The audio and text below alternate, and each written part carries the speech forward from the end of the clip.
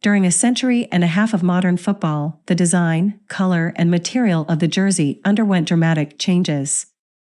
Many people regard this change as usual and unnoticed.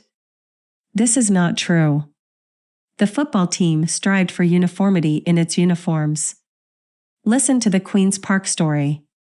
With uniform-patterned horizontal stripes, the Glasgow-based club won 10 Scottish Cup titles from 1874 to 1893. A sound principle guided Queen's Park. Queen's Park, like other clubs, had a sponsorship ban.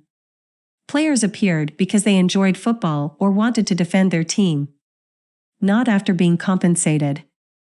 Amateurism was still prevalent. As a result, most clubs instructed their players to design their own jerseys. Thus, Queen's Park insisted on the previous standard of 32 stripes on the white fabric base material of the jersey. This demand clearly created issues because it was still the 19th century. There was no store where you could buy replica football jerseys. As a result, if players wanted to act on the field, they had to design their own uniforms.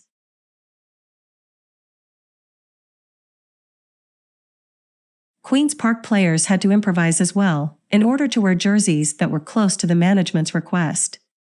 What followed was diversity, as evidenced by the documentation that has survived the time trap. The line thickness was not consistent. Some had collars, but they were all different colors. Some players were wearing the club logo, while others were not. Some wore jerseys with the incorrect motif, namely vertical.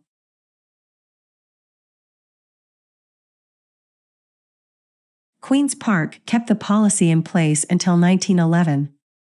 Management eventually caved and began providing players with jerseys.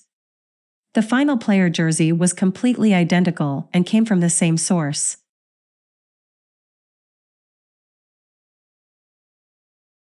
Changes in design occur in tandem with the evolution of fashion styles. Pants for players were becoming shorter. Queen's Park responded by lowering the horizontal line from 32 to 28. Who said the journey of the team jersey, which later became the club's identity, was simple?